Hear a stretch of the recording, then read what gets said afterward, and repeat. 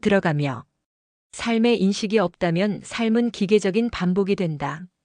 에리히 프롬의 이 말은 단순한 통찰이 아니라 현대인을 향한 깊은 경고이자 호소라고 할 수 있습니다. 과연 우리는 인식하며 살고 있는지요? 아니면 주어진 일정 속에서 자동 기계처럼 살아가고 있는 것은 아닌지요? 이 글에서는 프롬의 이 말을 출발점으로 삼아 삶의 인식이란 무엇인지, 인식 없는 삶이 어떤 위험을 초래하는지, 그리고 어떻게 하면 보다 각성된 삶을 살아갈 수 있는지를 함께 탐색해 보고자 합니다.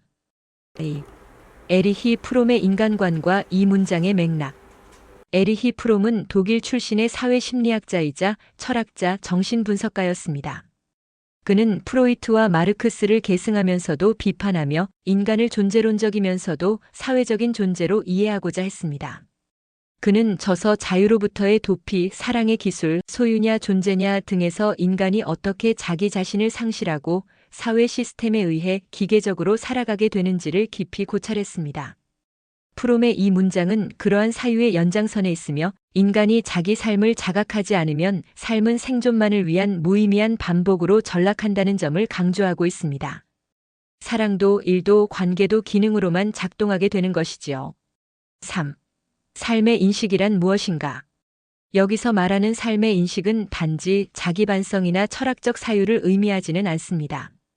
그보다는 훨씬 깊은 차원에서 내가 지금 어떤 존재로 살아가고 있는가, 무엇을 지향하며 살아가고 있는가를 자각하는 능동적인 행위라 할 수 있습니다. 삶의 인식은 다음과 같은 질문을 포함합니다. 저는 왜 이 일을 하고 있을까요? 지금 제가 느끼는 감정은 어디에서 비롯된 것일까요? 내가 맺고 있는 관계는 나에게 어떤 의미를 주고 있을까요? 나는 지금 살아가고 있는 것일까요? 아니면 단지 존재하고 있는 것일까요? 삶의 인식은 의식적인 삶, 자발적인 선택, 주체적인 태도를 전제로 합니다. 이는 프롬이 말한 존재양식 모드 어브 비잉과 맞닿아 있으며 그는 소유양식 모드 어브 해빙이 아닌 존재양식 속에서만 인간다운 삶이 가능하다고 보았습니다. 4. 기계적 반복의 일상성. 프롬이 경고한 기계적 반복은 우리가 흔히 말하는 루틴이나 습관과는 구별됩니다. 그는 인간이 자기를 인식하지 못하고 외부에서 주어진 틀 안에서 반응하며 살아가는 삶을 지적하고 있었습니다.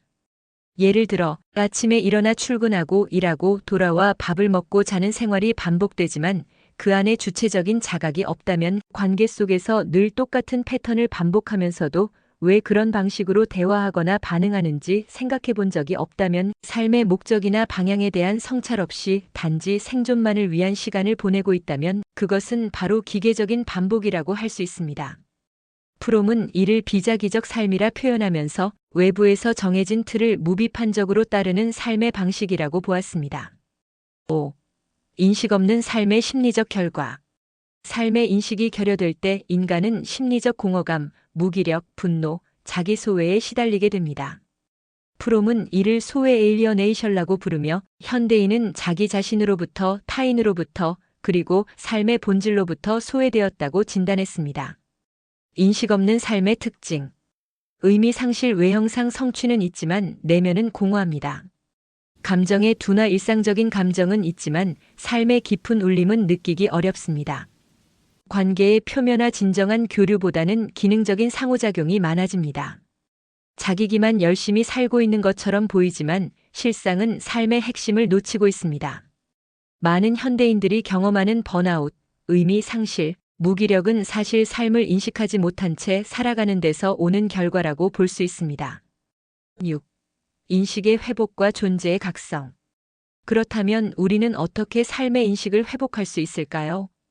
프롬은 존재의 각성을 위한 몇 가지 핵심적인 요소를 제시했습니다. 사랑하는 능력의 회복. 프롬은 사랑을 단지 감정이 아니라 능동적인 의지의 행위로 보았습니다. 사랑은 책임, 존중, 이해, 배려로 이루어진 복합적인 관계이며 사랑하는 삶 자체가 삶의 인식을 회복하는 길입니다. 자유와 책임의 통합. 인간은 자유를 갈망하지만 동시에 그 자유로부터 도망치려 합니다. 왜냐하면 자유는 선택을 요구하고 선택은 책임을 동반하기 때문입니다. 그러나 책임을 회피하는 순간 인간은 스스로를 타인과 시스템에 종속시키고 맙니다. 존재의 각성이란 자기 삶의 선택과 결과에 대해 책임지겠다는 태도에서 시작됩니다. 7. 삶의 인식을 도모하는 실천들. 삶의 인식을 회복하기 위한 방법은 거창하거나 거대한 것이 아닙니다.